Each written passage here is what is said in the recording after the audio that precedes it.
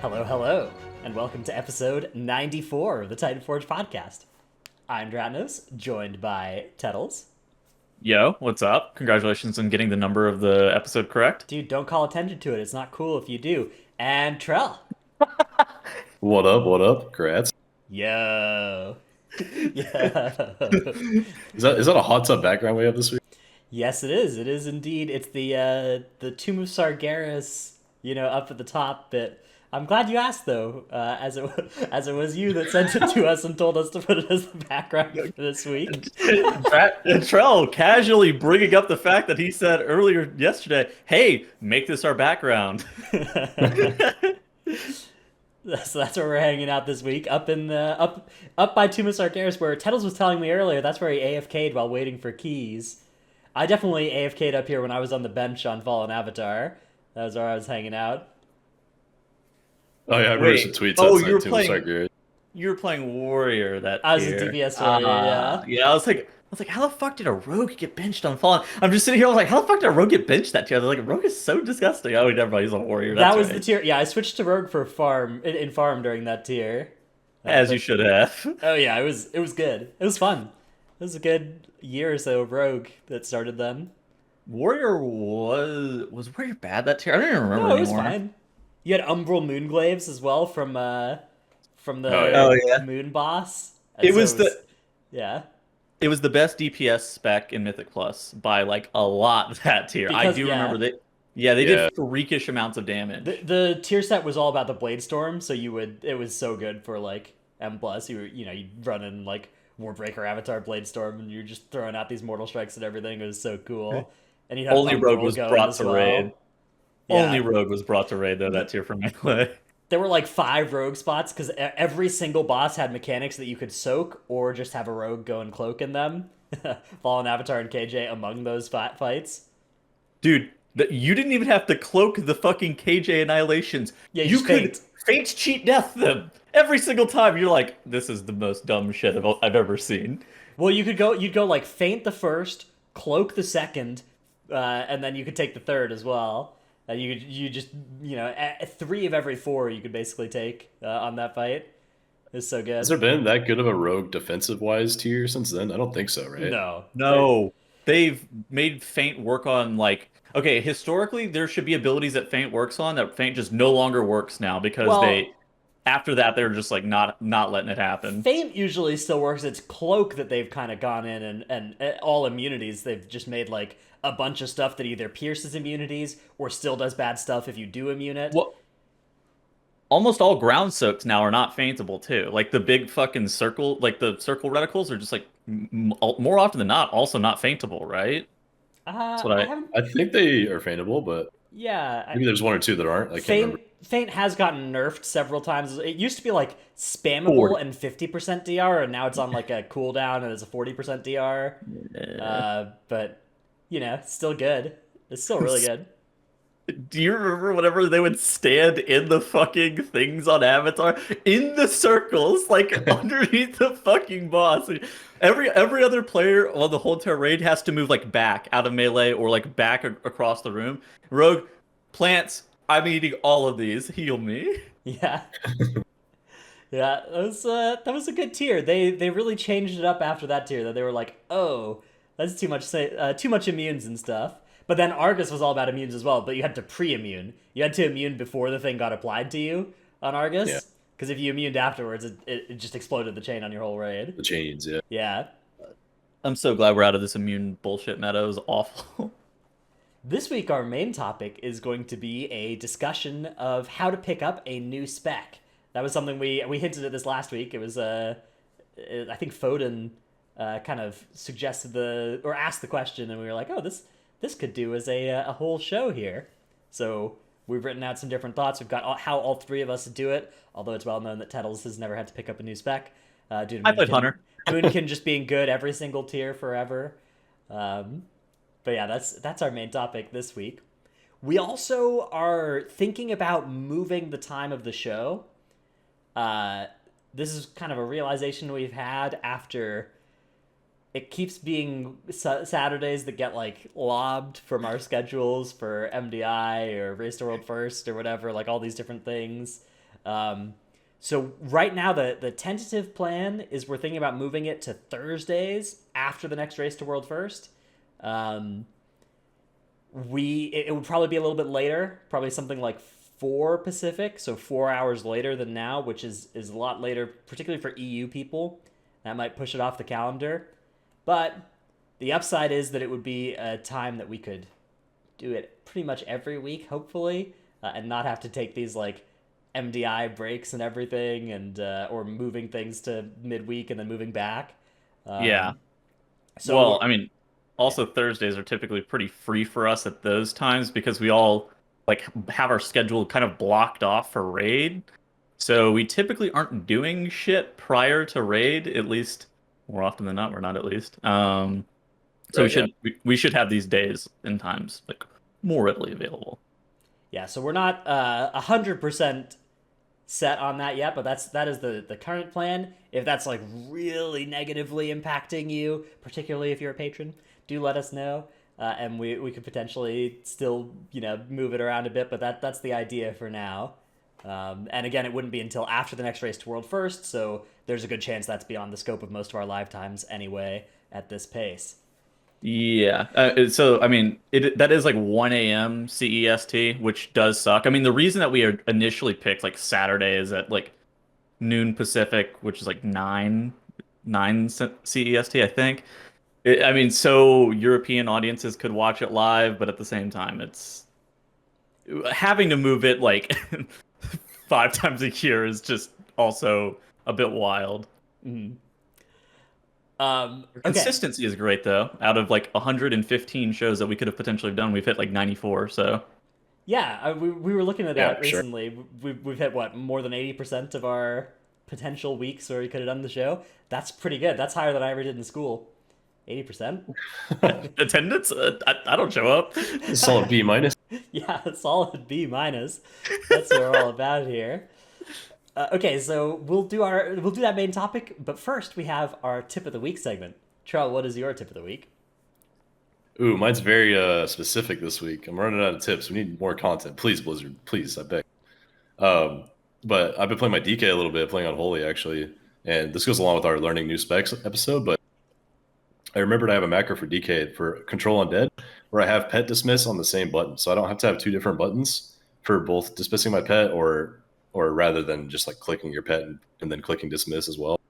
So you can just have it all in one spot. And if you press the button once, it dismisses your pet. And then if you press it again, it controls your target for DK purposes, like the Honor Guards on the Tal'Dazar last expansion or the Shield Guy in Theater of Pain this expansion, you could technically control as Unholy or Blood.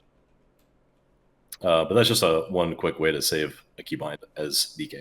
Yeah, because you need to dismiss your pet to mind control a new one, right? Right. Yeah, that's good stuff. There, and there's a couple spots you can do that in Shadowlands as well, right? There's a couple of good potential MCs in like Necrotic Wake as well, I think.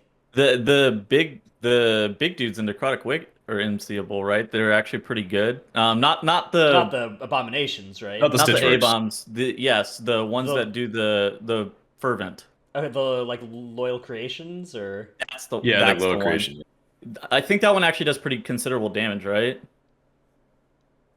I don't My know, under, but it might. my understanding it does, but could be making that up. yeah. All right, my tip of the week is you should download if you're a lot of people I know have been kind of hesitant to do this for a long time, but you're missing out at this point if you don't. You should download the Epic Game Store add-on, or not add-on, but app. They put free games on there like every week, and at this point, if you've just been getting the free games every week for the last like year, you'd have so many different games. There've been some good ones recently. There were like 3 weeks of Nitro that might still be up right now, or 3 months of Discord Nitro you could get if you've never had Nitro before out of it as well. So it's a lot of people I know have been like Steam partisans. They love Steam, Yes. but it is worth picking this thing up and just picking up the free games at least on that store. What a fucking sick tip of the week. Look, man, it's not my Maybe, fault that Blizzard hasn't given us any content in 7 years, man. yeah, maybe next week I I'll talk about respect it. credit score. Yeah. Dude, I would not be opposed to a credit score tip of the week. I think that would be great.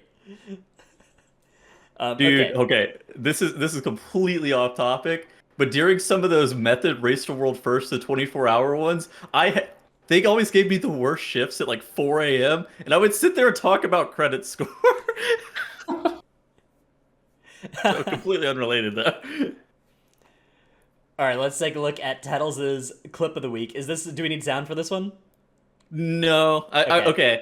The only reason I picked this is because Dretnos, tell us about Raid Masters. Oh yeah, dude. This was a event that I was casting. Actually, the finals are coming up next weekend. The 20th is when the finals for this were, and this is raid speedrunning.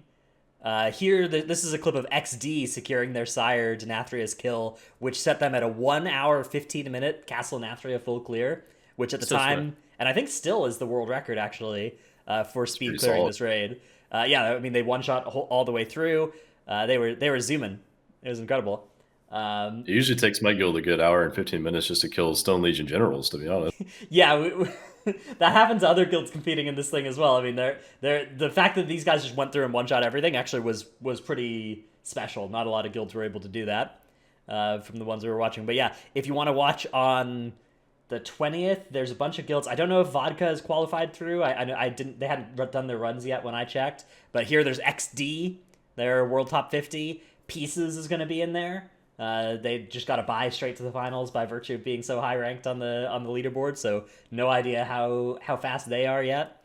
But a bunch of world, I would say 0 to 100, and then also even like 100 to 300. There's guilds representing there. So um, it's gonna And be cool. questions in chat. It's Mythic, right? Yes, Mythic Castle Nathria speed run, speed clear.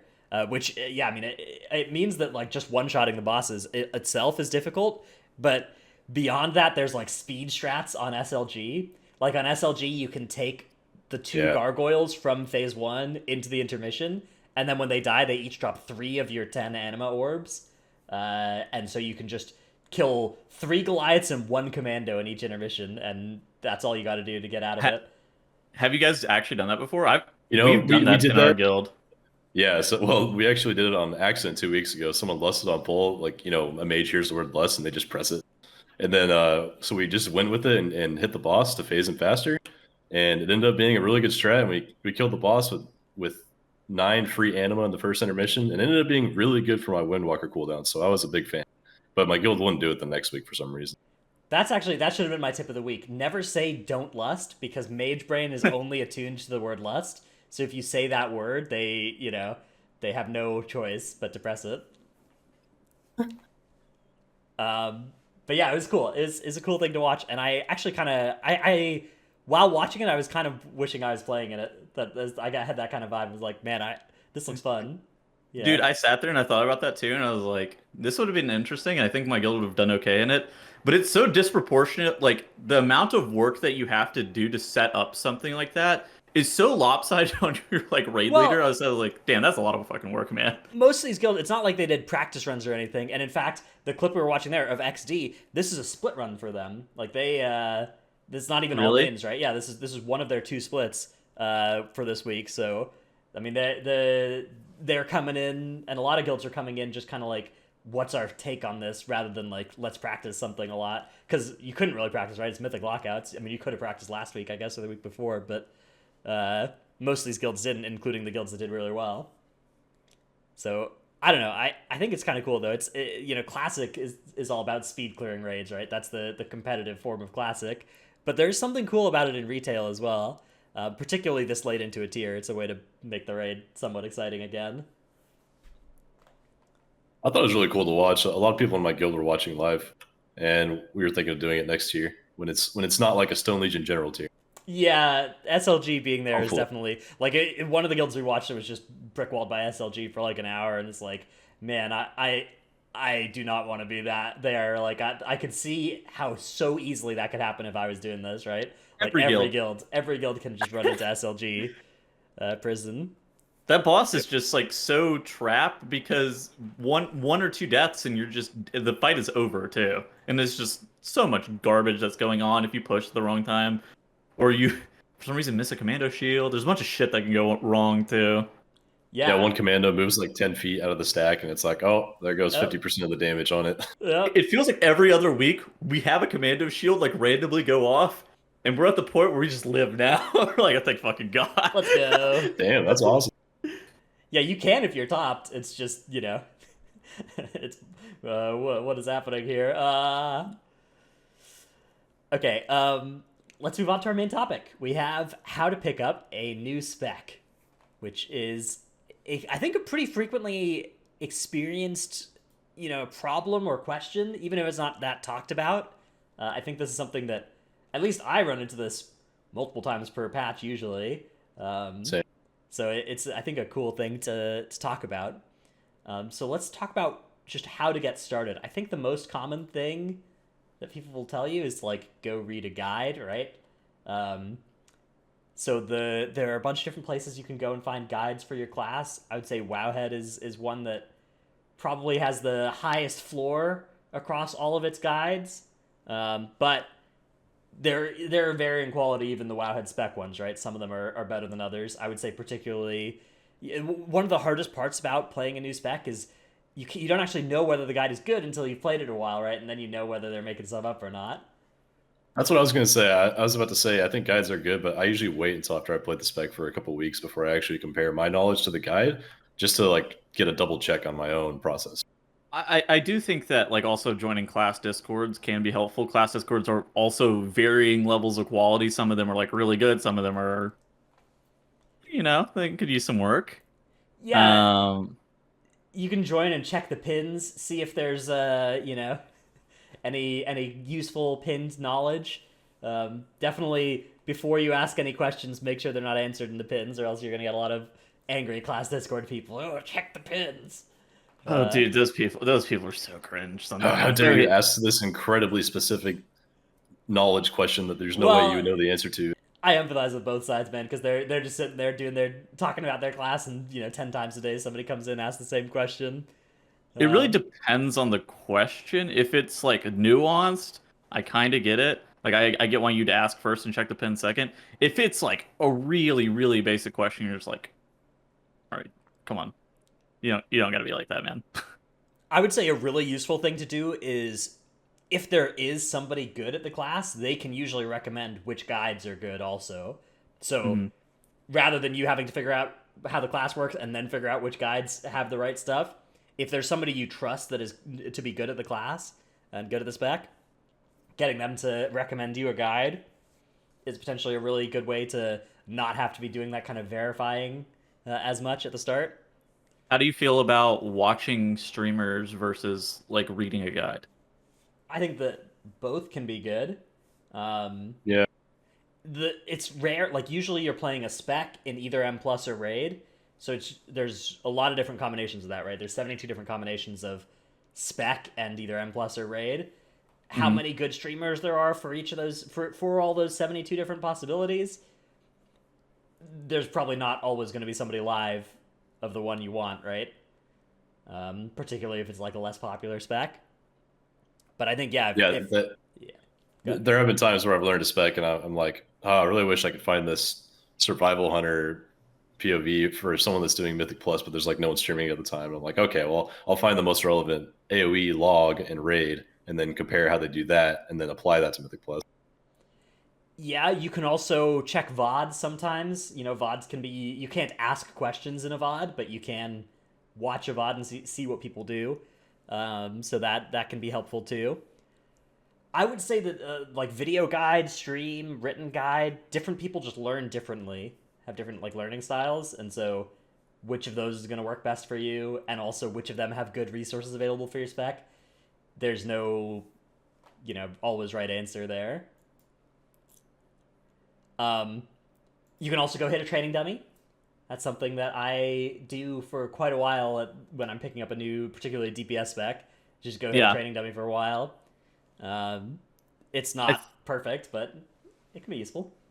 I think that I do it the kind same. of I think it really depends. I do also hit a training dummy, but there's like a couple of different things that I will end up doing. It's like either I'll convince my guild to play with my shitty alt in dungeons, which I think is like your best case scenario. I think actually coaxing your friend group to bring your trap character to like dungeons is the best way that you're going to be able to like learn on the fly because there's so many different damage profiles and there's so much different stuff going on. You also like learn a lot of your utility abilities. That's the best case scenario.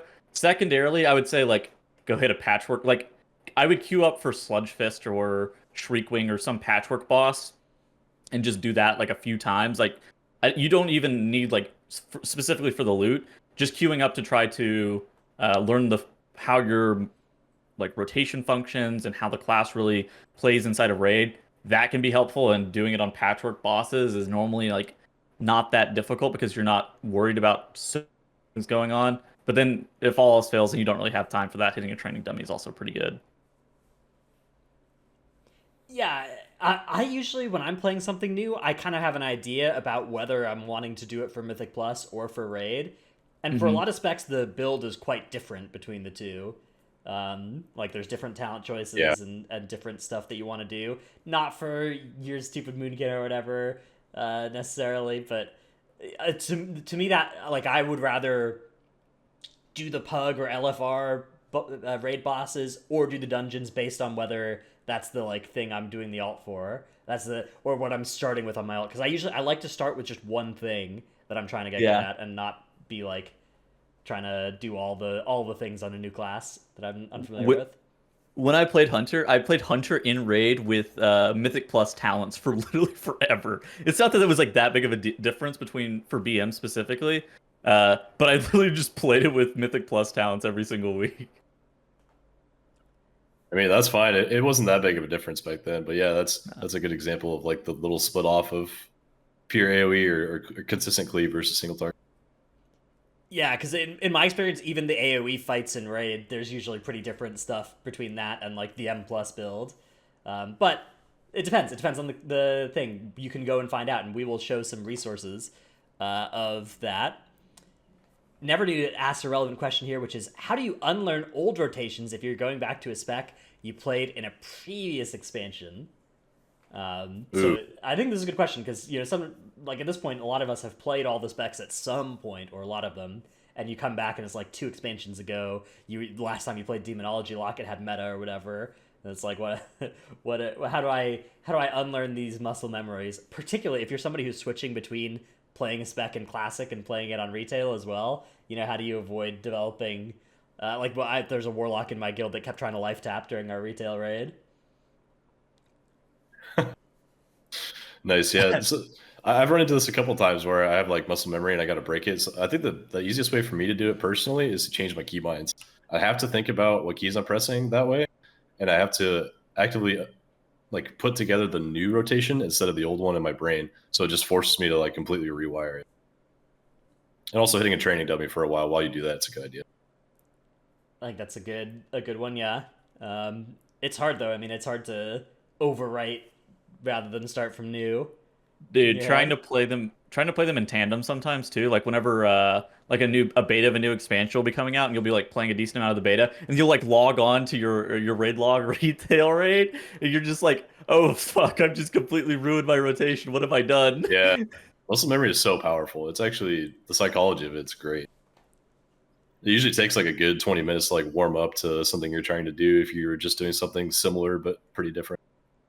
I think another thing that's important when you're picking up your alt is figuring out how serious you are trying to play it. So I've done this both times. Like sometimes I'm playing a new alt where it's like I am getting this alt ready because I am raiding on this thing soon, right? And so it's like I am not cutting any corners.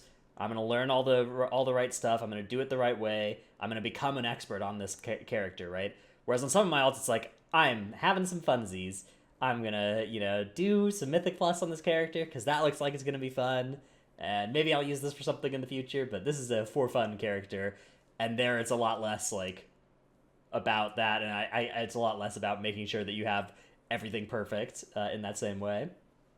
I mean, for me, it's more or less just like how much time am I going to put into this? Like, how much time do I need to put into this to get like at what level is expected out of this character? If I have to play it during like raid prog, like I'm going to be slamming that character for multiple weeks in advance, doing dungeons or like raid or whatever, and just really trying to make sure that I am adequately prepared and comfortable with every situation that can present itself.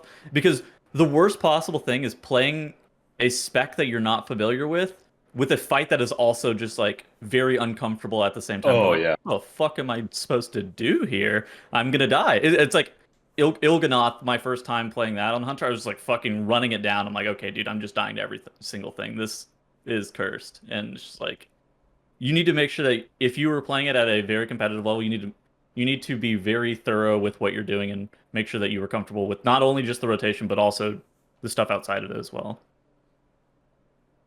Yeah, I think Yeah, that's good. that's like the hardest scenario on a new spec. I think the ways to prevent that are the best things to learn going into a raid group, especially if you're trialing somewhere on a new spec or something. You gotta like try to think of every possible scenario, like Tuttle said, that could happen to you on this boss, and then have a plan for it beforehand, so you don't have to think about it in the moment and then ruin your rotation or ruin your positioning or something. But it's hard to think of all those things. Like the best way is to watch people doing the boss themselves on the same spec, or find some random thing in logs like, oh, they cast Bop here for some reason at 520 in the fight. I wonder why, and then that could give you some insight. But yeah, those situations are tough. I think people usually trap themselves as well if they're trying to trial on some off spec or alt or whatever. Like you hear people about this sometimes where it's like, yeah, I have a main spec tank, but this guild has a spot for me if I come and DPS for them or whatever. So I'm gonna go and just pick up this new spec. I think you even did this, right, Chell? You like went and moonwalked and like Dread is throwing shade. Well, I think it's a Dude, trap it was for so most tough. people to do it though. I think that like if you're good, you can make it work. You can earn that spot, and you can. But like, if you're somebody who's like you would have, hung on and been okay on your main spec, you come in and you're on some off spec, and it's just like you're out of there, right? People are gonna think you're awful. Dude, there are some people who are just fucking wild at being able to multi-class. Like we have some, everybody has some people in their guild, and it's just like, yeah, I'll play this, and then you see them show up to raid on just like some random character, and they're just like beating all of your mains. And you're just like, what the fuck? Didn't you just level that character like 3 weeks ago? What the hell? How is this happening? Yeah, that's a great point. Is some people just take longer to get good at a new spec than others, and it's nothing to be ashamed of. If you're more on the like WoW is not a game where you can't be good if you can't pick up stuff fast. It just means don't try and pick up stuff fast if that's not you, right? Like don't put yourself in a situation where you need to play it in the next 2 weeks. And hopefully this episode helps anyone that it takes a long time to pick up a new spec on, because all three of us have done it quite a bit in the past, and we have a lot of random knowledge. A lot of it's going to be similar, but we all have our own processes, so it's going to be fun to compare. Yeah, let's get started diving into that. Trell, why don't you start with your like rough process of if you need a new spec that you're gonna play, what sort of things do you do? So like I'm going back to the very beginning of learning a spec. Like let's say I just picked up my DK because I did recently, and it's level 50 in Shadowlands. So I put Netflix on one monitor and I put WoW on the other, and I just start leveling with Azeroth autopilot. And I just put abilities on my keybinds as I go. I already had a lot of keybinds set from BFA. I played it a little bit Unholy and BFA, but I'll put any new abilities because Shadowlands has tons of new abilities for every spec. And I'll just roughly hit the mobs, not like do anything crazy. I'm not studying anything yet. And then I'll just see what does damage, what gives you cooldown reduction, what gives you resources, what spends resources, what works best together and all that. So I'll do that while I level up. Once I hit max level, I'll look at the best single target log from the raid, the current raid. So in this case, it was like Hungering Devourer. Sludgefist is a really good single target boss, but it's really unique in that people's openers are going to be different than they would normally be because they have to save a lot of cooldowns for the pillars. So I chose Hungering Devourer this time. And so I looked at like the top Unholy logs and then got my single target rotation down like we were talking about earlier. I would just go hit a dummy for a little bit and figure it out. And then after I got the single target stuff, I would move on to AoE. So for that, I looked at Stone Legion because that's the biggest like AoE burst fight where most specs need to do something to the skirmishers or the commandos. And I would see like what DK players are doing there and how they set up their AoE burst. There's usually like a lot of build up for specs, unless it's like Mage. Well, I mean, actually, Mage has a lot of build up. There's some specs where you just like press AoE, and you just go. But usually there's some setup. So once you have your single target and AoE down, then you can kind of combine and figure out the playstyles in between and do some keys, do some rage, do some LFR, get some practice in. And then once you're really comfortable, then I would fix all your keybinds to be in the better places. So like I would put all my CDs that I generally use together next to each other on shift 2 and 3 in my case. I would set up my UI better, so I'd see my weak auras in the right places. Like at this point, I know on Unholy I need to look at the uptime on like Runic Corruption, for example, or Abomination Limb, or the ability that turns your ghoul into a bigger ghoul that I can't remember Dark right Transformation. Yeah, Dark Transformation. I So, but yeah, the point is like once you have a good amount of knowledge on a class, you want to rearrange your UI to make yourself better at it and to be able to track your stuff in any given situation. I have a question. So, not to derail you, but do you download just like Weakora packs off of Wago that contain like all of the icons, or do you make them as you go yourself? I've always been an advocate for making them as I go myself. I think the Weakora packs can be really good, and they have some great advantages over my way of doing it. But I've never been a fan of just like plastering something on my screen and then getting used to it. If that makes sense. Normally I just throw some shit on my screen and I'll just figure it out later, and then like I edit it if I need to. But it's interesting that because the way you were talking, I was like, wait, does he make all of his own shit? I'm surprised that you make all of your own stuff. I feel like I would be at a like in the beginning. I feel like I would be super lost if I didn't just have like all the weak auras like shown on my screen at least in some element, because there's typically a reason that they're there. Hopefully. And I think that's a great point. I think maybe downloading that at first for me would even be a good thing for my process, just so I can see what people designed at the beginning and then figuring out why as I went, and then maybe deleting it later. Yeah. But I like a very minimalist UI, at least for the middle of my screen. I don't like having a bunch of weak auras right under my character. Okay, that's fair. Yeah, there's I use the Afinar ones for basically all specs as like a starting point, but there's definitely downsides associated with that as well. There's certain like they always try and make it so that it fits the whole square, so there's often like extra weak auras that you might not actually need on there. And sometimes there's things that are just not displayed in an optimal way. For instance, on Demon Hunter, it'll show you your meta cooldown, but if you're in meta, it will show you your meta duration on the same spot. And so if you're in meta and you want to know the cooldown of meta, right? Say you get a meta proc from Demonic or whatever, you can't look at it on that weak aura until your meta expires. So I would say, regardless of whether you want to build it up yourself or take a weak aura pack, you need to be able to solve those problems and edit and modify the weak aura pack so that it shows you whatever information you actually need to see.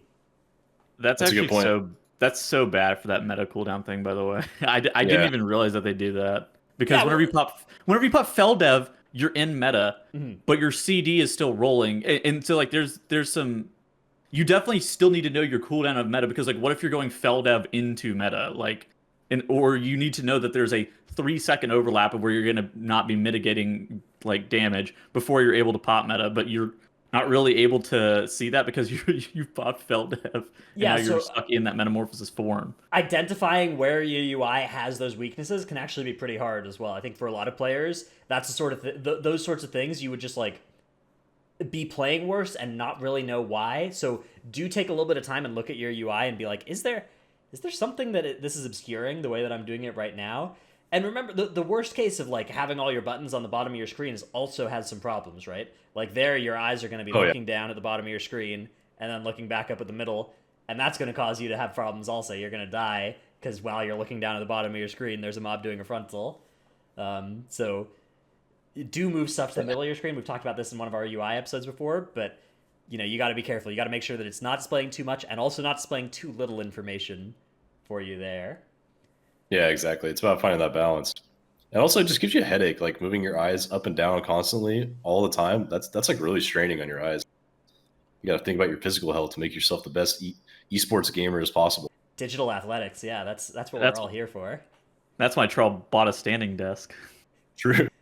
And a nice shipment of gamer gummies as well to keep them in tip-top shape. Exactly. You got to get those vitamins in, Trell. Okay. Do you want to keep going with your process? I mean, I was just about done. Like once you figure out all the general rotational things, and you got good binds, you got a set of weak auras, whichever way you want it. From then on, it's just about practice and just like fine tuning the little things. Like as a DPS spec, for example, you want to figure out how to do efficient 2-target cleave. That's usually something in between single target and 4 to 5 targets. That's a little bit different for a lot of specs. Just based on like how the targets are moving, if they're always stacked, if they're a little bit spread. You want to know what to do in those situations. As a tank, you want to figure out how you could possibly live the longest if your healer dies. That's always something I try to figure out on the tank spec, because that situation happens a lot. And then from then on, it's like you want to have the mindset that you can't ever stop learning. I think a lot of people that have played this game for 15 years have this problem where they think they figure out a spec and then they just sit on that knowledge and call it done for years. But specs change all the time, as you see in Blizzard. They change every single spec, every X pack for some reason, and so you got to be really open minded and willing to keep improving. Yeah, I think that's a really good point. I think that mindset as well. WoW is in many ways a game about like knowledge rather than that, and it's less true in retail than actually it is in classic, but it's still true in retail where like just knowing all the right stuff is really important, and making sure that your mind is open to it. Well, Is big. I think also too expectations from not only yourself but like the people who are around you for like what your character should be doing and like what is expected of your character. Like having those correct expectations is also super important, because like if your guild expects you to be playing at a certain level, but you expect yourself to be playing at a different level, like those can clash too, and like start to cause friction in other ways that you probably weren't ready for. So you just need to make sure that, at least if you are re-rolling for guild purposes specifically, I mean, that's if you're just picking up an alt for you, like do whatever the fuck you want, like learn at your own pace, right? But if you're picking up an alt for somebody else, making sure that the expectations for both parties is in line is important. All right, I will now go through my process. As there's a lot of similarities to what Charles does, but there's some stuff that I do differently. For instance, when I'm at the start, usually I will spend more time at the start trying to get 90% of the way there with my keybinds and with my UI, rather than doing that after having played it with scuffed keybinds and scuffed UI for a while. I don't think there's an inherent better way between those two, but for me, that's what I like doing, is spending an hour or two, just looking through the spell book and coming up with where I think everything makes the most sense on my bars, making sure that I like to make it so that I have similar keybinds in similar places for different specs. So I'll usually put sprints on the same kind of buttons and AoE buttons on the same kind of things. But that doesn't always work out, and sometimes that can trap you as well. What you really want to make sure you avoid doing, and what I'm always hyper vigilant on when I'm on a new spec, is when you're putting yourself in a position to finger global yourself, where you got to make sure that your rotation doesn't normally having you shift between using a modifier button and like spamming two different buttons, and that'll cause you to get like you ever play a spec where it's just like for some reason your cooldown on shift 3 always keeps getting hit at weird times, and it's because you're hitting 3 normally and then like shift F, and so a shift 3 input keeps getting sent. So make sure that your rotation doesn't have those weird like things that are going to press a weird button. Make sure that it doesn't have your pinky finger traveling 3 keys within the same global to hit this, because it's doing the 2 keys in a row. Those sorts of things are stuff that you got to watch out for and change soon, early in the process, in my experience. How do you feel about push to talk binds? I always just have my push to talk is just always caps lock, so my pinky's just always on caps lock, and that's what I do. But I have extra binds because I have an MMO mouse, so I don't need all of them on my left hand on the keyboard. Yeah, that push talk question's a big one. Like, I have a push talk button on my mouse that I use on one of my MMO mouse buttons, and I think it works in every game I've ever played, except some games where I have to use voice activation because I'm using a controller. So far I'm sticking with that, but if I ever have to change it, I'll have to like go through another existential crisis on what universal push to talk button I want to use. Well, the reason I even asked that is because Drat and I were talking about this like the other day. I was like, yeah, I used to have push talk on control. And then I decided that was the most trap shit of all time. And now I never press control during WoW. I don't have it bound as a modifier to anything. It is that is too far for my hand to travel. Well, the biggest issue for me is just like holding it while trying to do my rotation was just not happening that well. And so then I just moved to push to mute, and I have push to mute like bound to my mouse as well.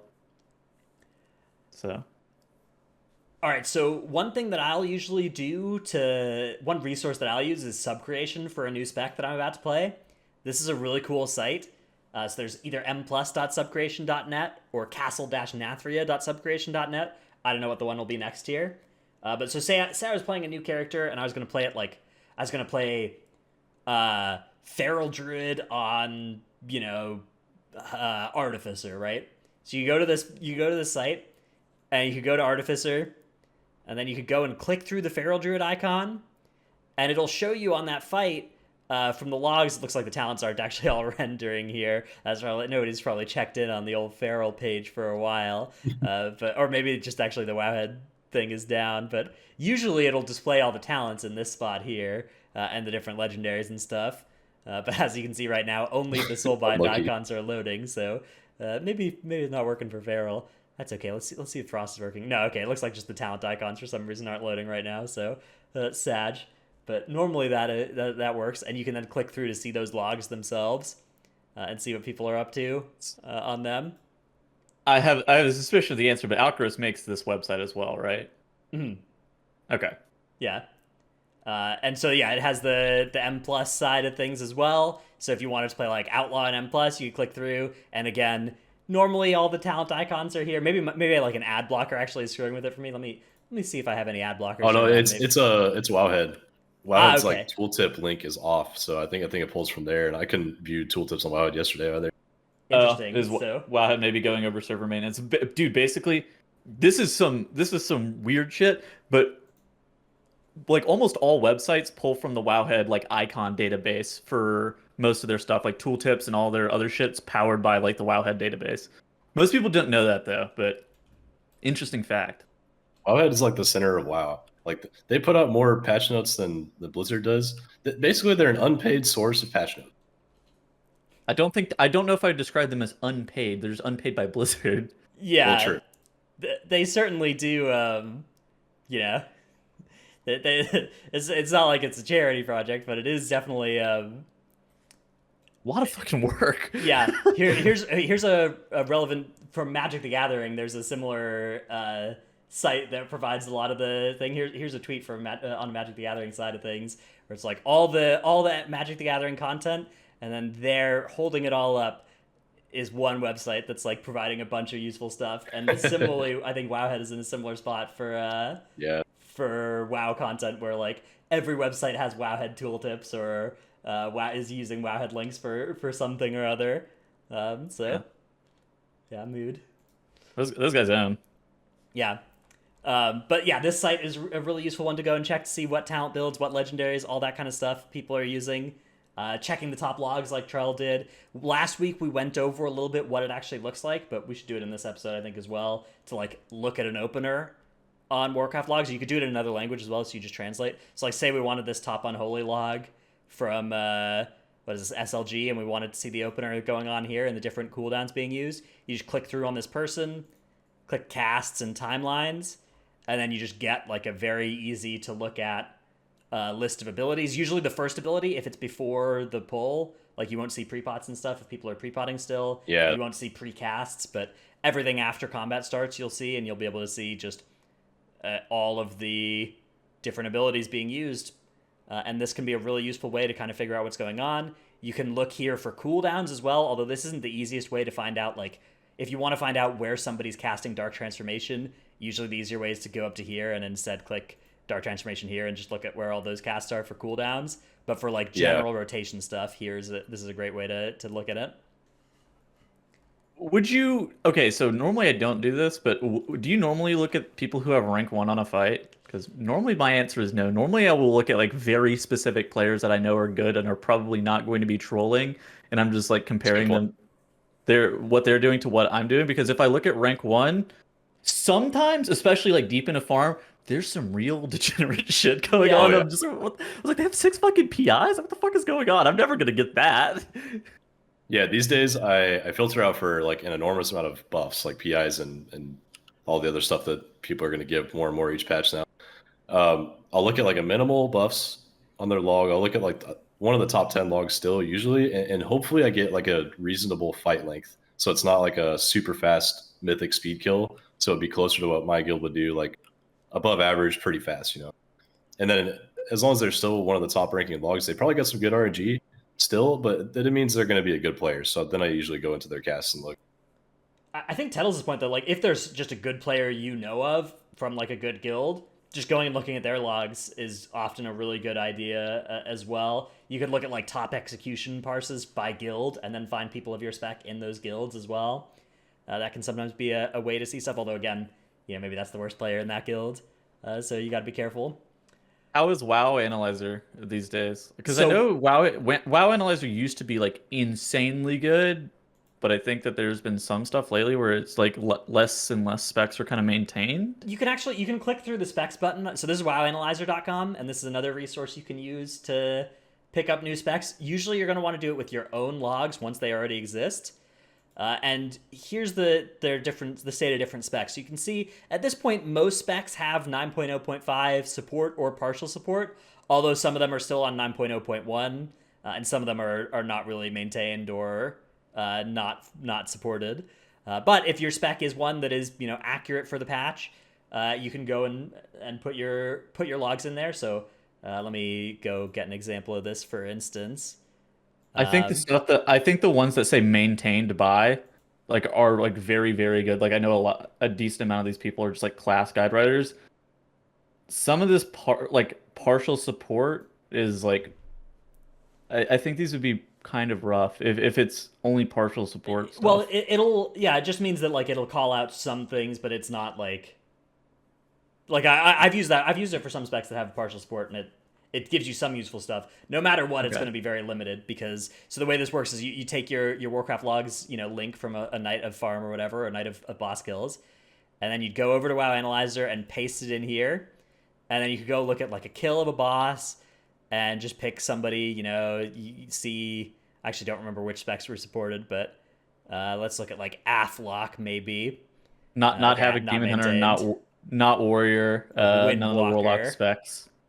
Okay, yeah, and you could look at Windwalker, and it'll give you some, checklist of some stuff. On real-world fights, almost everybody will have, like, downtime. Like, on Stone Legion Generals, right, there's just huge amounts of time where you're not hitting anything. But you can see if there's big disparities between some abilities and others. Particularly, like, if you're really good at a spec on a certain fight, you will often know better than this. But if you're new at something, it can give you some good information about, like, how much value you're getting out of your different effects, and making sure that you're not, doing certain mistakes, making sure that it can check to make sure that you're, flasking, for instance, here, like this guy didn't in my recent Stone Legion Generals kill. That's so awkward. Yeah.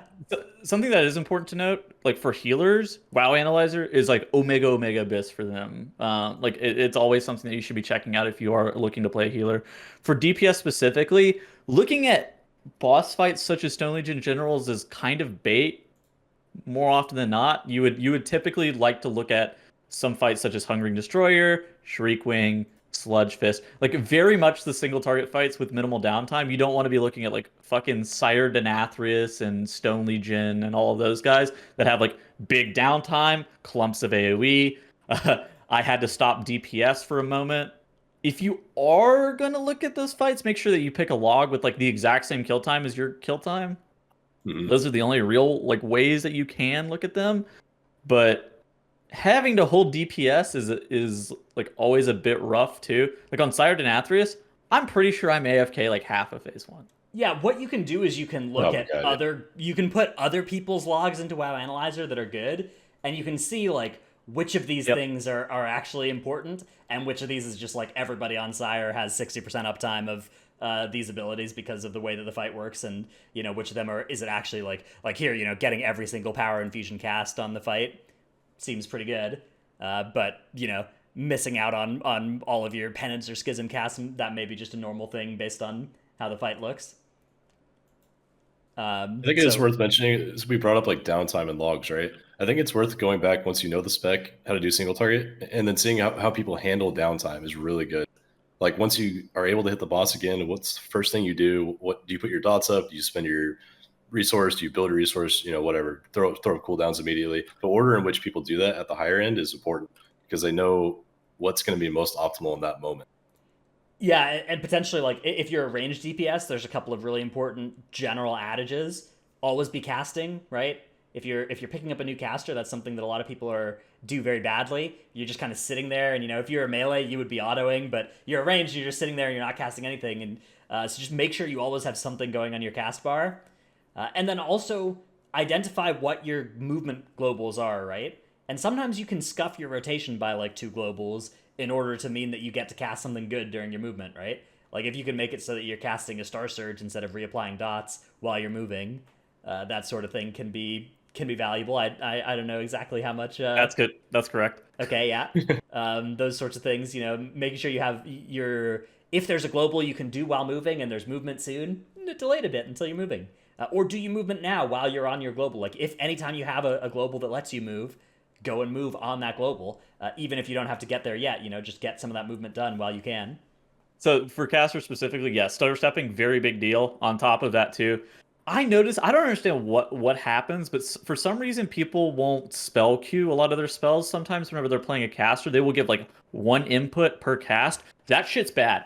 That shit spam is like your next really, button as, Yeah. as you're about to be off global, yeah.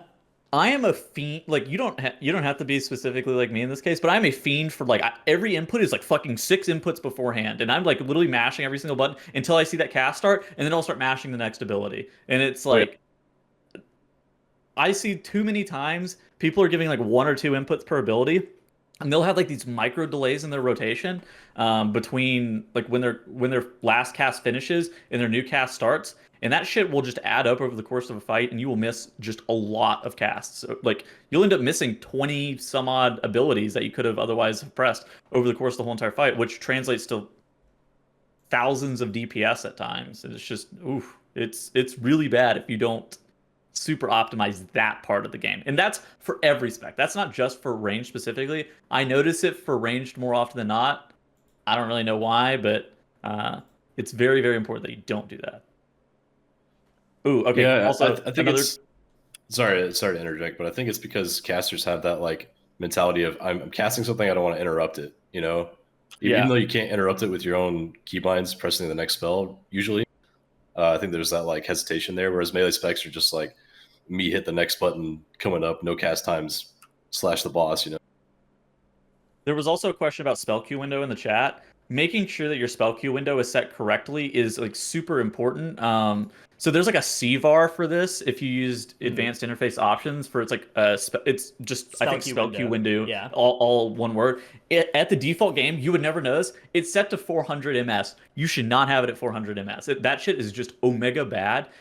I think this is maybe part of the reason that people had this issue with their casting is because 400 ms in advance of having to press your button is pretty rough for a lot of players. So typically the rule of thumb is like 60 plus your MS, maybe 100 plus your MS, but just throw it at like 100 or 200 and you will instantly notice a difference if you've been playing at 400 for forever. Yeah, so the if this is too high, it means that you like okay, you're pressing 3. Oh, actually you want to be pressing 2 instead. It's too late. The 3 command is already locked in because it's within that window, right? And so you want it to be roughly around where your ping is plus a little bit of buffer so that you can whatever you're pressing like as your global is coming off is what actually gets sent through instead of what you were pressing a long time ago. But if you have it too short, right, if your spell queue window is 0 ms, that just means that it will not accept a command from you except for like then, so you can't like pre-queue up and have press your 3 button 50 milliseconds before you're off global and have it still cast that. So that will always mean, like here, look at this log. Look at how there's no space between casting each of these fireballs, right? That's what you want to have happen. That's what we want this to look like. If you look at novice players' logs, you will often see little gaps. And that is something that can happen because either your spell queue window is too short or because your window is too long or just because you're new or because you're bad, you are not actually spamming your button and you're having these gaps open up. You're not hitting the button fast enough to be able to register within the spell queue window of 400, which is fucking long, by the way. So I posted the CVAR. It's like /console and then space spell queue window 100. Like that's just 100 for the spell queue window. I have played it like whenever I was on a West Coast realm and I had a ping of like 70, I played on like 150. Now I'm on Zul'jin and I have a ping of like 20 to 15. I play with like a spell queue window of like 70. You just play around with it. It's something that like you could just go hit a training dummy and you'll instantly notice the difference whenever it's like too long or too short. Again, though, you can also download the add-on advanced interface options and like scroll through all the CVARs. That I find that add-on very useful to fuck around with like a lot of different stuff, but I mean, it's not exactly the most useful thing for most people. Yeah, so when I was like a year into learning WoW, like 4 years ago, I had messed with my CVAR for this example, the spell queue window, and eventually I just put it exactly where it was to begin with because that's the correct place it was for me. But it was a great learning process, and I would advise people just to change it to see how it works, and then change it back maybe. Ultimately, check your logs and make sure that you do not have gaps between your casts if you're a caster. That's the main thing you've just got to make sure is not happening, because if you have like a 1/10 of a second gap between these fireballs, you are missing out on like 30 fireballs over the fight or something at that point. That is a big sad moment. So don't do that. Yeah. Apparently, Jeeth also made a very good video about spell queue windows. So if you want to learn a little bit more about that, I'm sure that video is slightly more comprehensive than the breakdown that I just gave, but I gave you a little bit of the TLDR. All right. Do we have any further stuff about learning a new spec here? Going once? Going twice? Play a lot. That just about covers it. Sold Play a to the lot. patrons. We are moving on to the Patreon section of the show. Thanking our supporters over at patreon.com/Titanforge. They are Paul, U.S. Proudmoore is dead. Long live Paul of U.S. Tichondrius, hero of the Horde. Congratulations. Pour one out. Welcome. Pour one out for the boys. Rip Paul of US Proud. Welcome to Tichondrius, the greatest server. Coom Cubine of U.S. Tichondrius. Dratnos, Tettles, and Trell. No Tettles, but in Spanish. McQuack of U.S. Thrall finally has a scale and is thrashing his way to victory. Ooh, nice, nice. Ja, Dratnos' Dino Pillow. Chromed, Trekkie, Never Nude, Chewy. Nasumi, aka no acronym service until Ma 9.1 is announced or introduced. Yeah, he said that that's his last acronym until 9.1. Exactly. Dude, the content drought is hitting all of us. It really is. Felt that they broke our acronym bot, bro. Next week, this show is gonna be a Bigwigs Over the Road Racing or Big Rigs Over the Road Racing show. You guys ever played that game? No. That is notorious as like the worst game of all time. It's like a racing game, but none of the textures actually collide. There's no collision with any of it, so you just like there's a bridge or whatever, you drive towards it, you just go right under it, and you go through the valley underneath, and then come back up the other side. There's some good videos about it. You should look it up. Big Rigs Over the Road Racing. That'll be our topic next week, though. Big rigs. I thought the rigs. word. Yeah, I said big rigs. Like the first big time. wigs, Broken. like raid alerts. Yeah, not that. Big rigs. Because it's like is truck this some racing. fucking WoW add-on? Like No, what? dude, It was like they should be though. They should make it an add-on, like the Peggle add-on. Do you guys want? I. Do you guys want to do Peggle add-on as our next show episode? Actually, that could be a good way to fill the content drought. What the fuck's a Peggle add-on? Sure. You don't have the Peggle add-on? I was playing this so much in the start of the expansion. You know Peggle? No. You don't know Peggle? Oh my god. How do you spell this word? Peggle. It was this great like little flash game / actual little standalone game, and then they came out with a WoW add-on during like Wrath. Okay. And then I was playing it again during the weeks leading up to Shadowlands launch. That was the last content drought. Was right before Shadowlands came out. It's so fun. What the fuck? So yeah, those are many topic ideas for next week. It's not AMZ, it's AMZ. Salty Senny, Necris, Tankdill, Nevuk, Sinmora, Eevee, now of US Proudmoore. Oh my god, Eevee ditched by Paul. Just as soon as Eevee showed up on US Proudmoore, Paul was out of there man. for US Tichondrius. That's actually so messed up. That's so fucked up, bro. Stevenson, love the content an opal bit. Take Light of the Protector and Frenzied Regen off the GCD. No Trick, I scheduled a Tettles Flame. Cutting Edge Sire Dematicus, congratulations. No Tettles. No Tettles. Paint stick figures are the best way to explain raid strats. No Tettles. Nyx. No Tettles. Bruceif. Dratnos Rats or Dis. Don't Go Hollow Gamers. 9.1 soon Copium. M-Sanity. Xena. We Are Praying Hanny will pump wit in 9.1. Rogue is now good enough for Prog, but still bad enough to be sat for SLG. Bless up. Red Color. Some Zero of US Tichondrius. YouTube.com/Workbringer. Morty died 3 times to mechanics this week. Ahara of US Proudmoore also brutally ditched. KOZ's mythic team is trash cans, not trash cans. Gallic, Snicker Shelby, Alphabet Soup, Druid Friends of Evolved Gaming, Roly Poly Boulder Fist, the Laser Chicken, LF3 Day Cutting Edge Guild in 9.1. That was the person who asked us last week about their guild search, so I'm hoping at some point we will get an update on this name to a happy story at some point. Yeah. Yeah, that's I gonna hope be a there's good a good arc. resolution. Yeah. Gonzo XD on Zul'jin, and Titanforge Hot Tub Stream or We Riot. Well, here you are. Here we are in the beautiful Tomb of Sargeras hot tub up here. All right, let's move on to Q&A. Ah, shit, wait, I put us in the wrong category. We should have been in hot tubs, Hot pools, tubs, and... pools, and beaches. Yeah. Yeah. Oh man, I forgot that's a new Fuck. category. We could have gotten so many new viewers. True. I don't know if we could have, but maybe. You have a whiteboard in your background, Tuttles. You could write people's names on there. That'd be easy. I can't write around on their names, though. You don't have a banana? I mean, I could. I'm sure Amazon ships anywhere. All right, our first question comes from Polymorphs on Discord, who asks, do you see any classes jump into the M plus meta now that prides are going away? I will field this first, and I think Ellie Shaman gets a lot better. Does Ellie Shaman start to break into the point where random casuals are going to be re-rolling to it?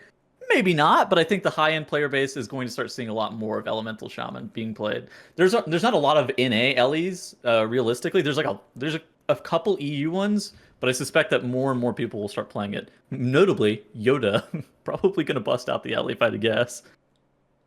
Yeah, Ellie does look pretty sweet. It's not like it's bad against prides either. It does have off healing, although the big Ancestral Guidance off healing comes in AoE. It's not that good on single target. Yeah. Which is kind of sad. I think that, yeah, the like single target, focus stuff that Pride encourages, the resilience against the Pride damage. I don't know. It's hard to say because I think a lot of the same specs are going to be good in the new environment as well, right? Like Fire Mage is really good against Pride, but Fire Mage is just still going to be really good. I think. I don't think there's too much to worry about there. I mean, I think it's more just Mage, right? And Mage just brings so much to the group that you can't replace easily. Frost Mage and looks Arcane really actually bad are in Raid. both, yeah, in Raid, in Raid I think in Raid I think you maybe play Frost or Arcane or something. Maybe Frost. I don't know. Yeah. Probably not too many mages in Raid, but I think they'll continue to be a mainstay of Mythic Plus. So where would the if you did see an Ellie like shift in, would it be over the Moonkin or would it be over the Rog? I think it's over the Rogue, right? Maybe, yeah. Moonkin is starting to get worse though. The Tormented Affix does kind of encourage rogues, right? Like, you'd want to skip all the trash at the start to get to your anima powers as early as possible. That does also check out. Fuck, I don't know. I believe, yeah, that's true. I think Ellie would maybe replace the Boomkin at least for a good chunk of the season until people get like really fleshed out routes, and then you could bring back some of the slightly more optimal classes that just require a little bit more risky play. If that makes sense. Yeah, like you can play without a rogue and just invis potion, that's the word, pass everything at the beginning and then not have to worry about skipping prides anymore, but it's gonna take some time for all that to flesh out. Do you remember when Hunter was the best class of the game at the beginning of this season, and now it's just... I think they'll be good as well to start a next patch too. I mean, also they'll have Sylvanas bows for a couple months while everybody else is not hit their power spikes as early. Mod check any fucking hunters? Where are the hunters? Alcaris in Discord asks, I wonder how viable M plus only rogue will be. Locked into DH for raiding, and I'm not sure how big a deal the raid gems are going to be. So yeah, this is a good question. So the raid gems, the effects of them do work in M plus. It's only the set bonuses that only work in raid, right? So there's a couple of implications there. First off, there might be a different good set between raid and M plus because you don't need to go and activate your set bonus. In M+, so you might have slightly different optimal Shard of Domination setups. Yeah, true. But you need the Shard of the important thing there is that you need the Shard of Domination gems themselves. Those things are fucking wild. You can get them from like heroic rating though, right? And normal rating, right? You can upgrade them all the way that way, I think, right? I'm not super fleshed out on the system, but you have to at least have them. Yeah, I think that you rank them up. It's in a similar way to like the profession quests for Nyalotha, where it's like, oh, collect 10 shards, you get 1 per normal per normal boss, 1 per LFR ring, 10 per heroic boss, 20 per mythic boss or whatever. I think the shard system is sort of similar in terms of upgrading them from rank 1 to rank 5 or whatever. It's like it's gonna happen faster for mythic players, but if you just do heroic raid, that should still get you there in a pretty reasonable time. I think. So you could, I could be just but making you stuff up would, though. but you would have to be pugging as Mythic Plus only rogue kind of thing, is what you're saying. I do think that, yeah, hopping into heroic to get your raid gems. I actually don't know how much slower it'll be on normal or LFR as well. They might have sped that up. But I think that you'll be able to get them all without having to do mythic raiding. But And what's the deal with What's the deal with sockets next tier? Yeah, so domination sockets are from raid only. So you will, if you do want your best items at high item level, you will need the domination socket items from Mythic, I think. Well, it's what I thought. Yeah, that's the unfortunate reality of the That's the situation bigger too. roadblock into this. Yeah. Yeah. The gems are Oh, good. fuck. You're locked in a rating next tier, aren't you? Fuck, I didn't even realize how bad it was. Well, yeah, it's what, a 7% DPS gain roughly. Fucking lot, yeah. I mean, that's probably like just tier single sets, target. right? Yeah. So this is for all the people that have been advocating for tier sets to come back. This part of it is that kind of huge benefit to rating. Is going Tier to be sets there, I are guess. sick.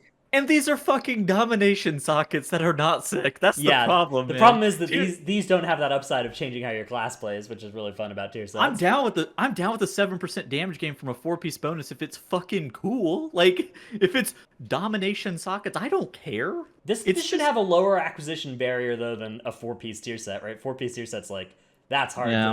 to get your hands on. That checks out too. I don't know. Yeah, I don't know for sure exactly how all of it's going to work yet, but it does look like that you're probably going to be missing out if you're not rating more than you were last year. Yeah, it seems that way. Also, not only the damage from the gems are good, but the healing too. Like I use this gem on PTR where it just gives you like a tiny shield every 5 seconds. It did like 10% of my healing in a key. Just one gem. Were you tanking So- that key, or I was tanking. then yeah? I mean These domination sockets are insane. that's sick. Last question comes from Zion E on Discord, who asks, question regarding the new M Plus affix. Is it currently possible to get and keep anima powers for different roles if you go out, swap into DPS instead of heal, and then swap back after picking a power? And if so, could this be part of the meta strategy? I have no idea if that's possible. Have you guys tested that? Yes, it is. It is possible.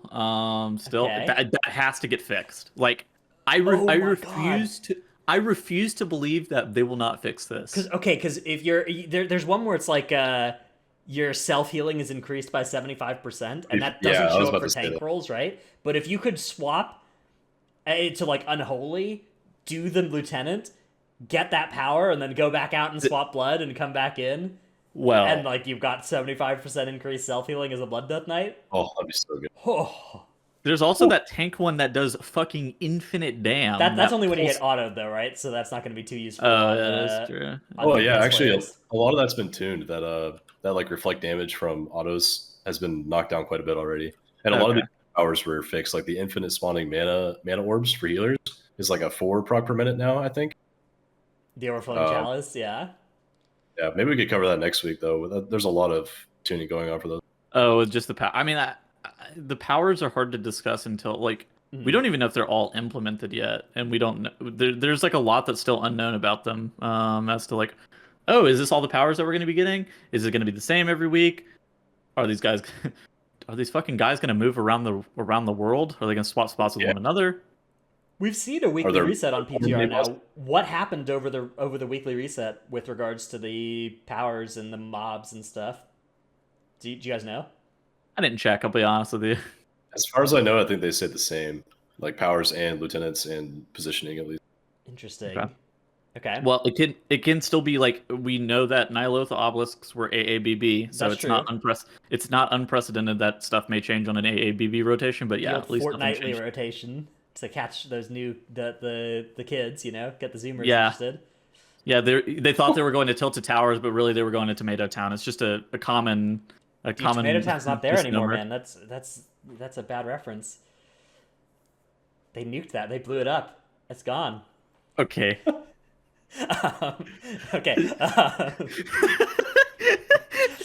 So TLDR answer to this question is yes, it is possible on PTR. Yes, we can imagine ways that it would be good. I think they will fix that if that actually does become meta, but it's possible that it will not get fixed because it's not a meta strategy, and then you'll find some cool way to do it for a week before they do fix it if it becomes popular. Dude, Can you fucking imagine them trying to like? Okay, so one of the things that you can't do for the Great Push is like you're not really allowed to zone out of the instance. If Mhm. the only meta strategy for live is like, oh yeah, you gotta zone out of the instance, and you'll do these keys. They would probably, if I had to guess, like they'd probably fix it just for that, more than anything else.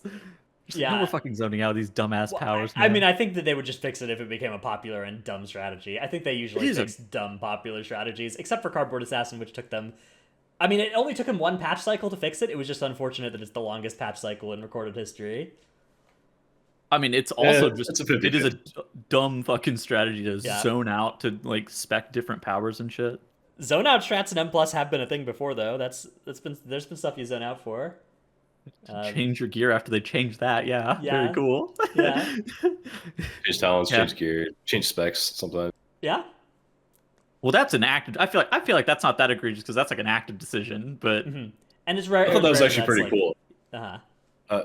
Did like a high Black or Cold and Legion a couple times, and our Boomy player went feral for like the first and the last two bosses, and then was Boomy for the entire middle of the dungeon. I thought that was really cool. Oh yeah, because if you were melee during the middle bit of that dungeon, you were entirely useless. Yeah. Because those archers would just kill you if you got within 35 yards of them. That was such a cool mechanic. the real zone out tech was the fucking see the triumvirate like zone out with the 45-second RP before the final boss, and then get lock summoned back. That was epic. Oh, I always Yeah. had an earlier zone out strategy in Seed of the Triumvirate that involved zoning out and not coming back. Well, most of Oh the time I yeah, did that right one after too. the first pull, everyone dies to the first monster pull, and you just leave the instant. Oh, you guys died to the first monster pull? That one wasn't that bad. The fucking trash in front of the third boss was actually just like bannable. It was so bad. I don't. Okay, don't even get me started. That shit was bad. That was the worst dungeon I've ever seen. Well, you never know. We might talk about Seed of the Triumvirate next week because there's nothing newer to discuss. So we'll be back then. Who knows what content there will be? Maybe we'll have a patch date by then. But that is the plan. Thanks everybody for hanging out. We'll see you then.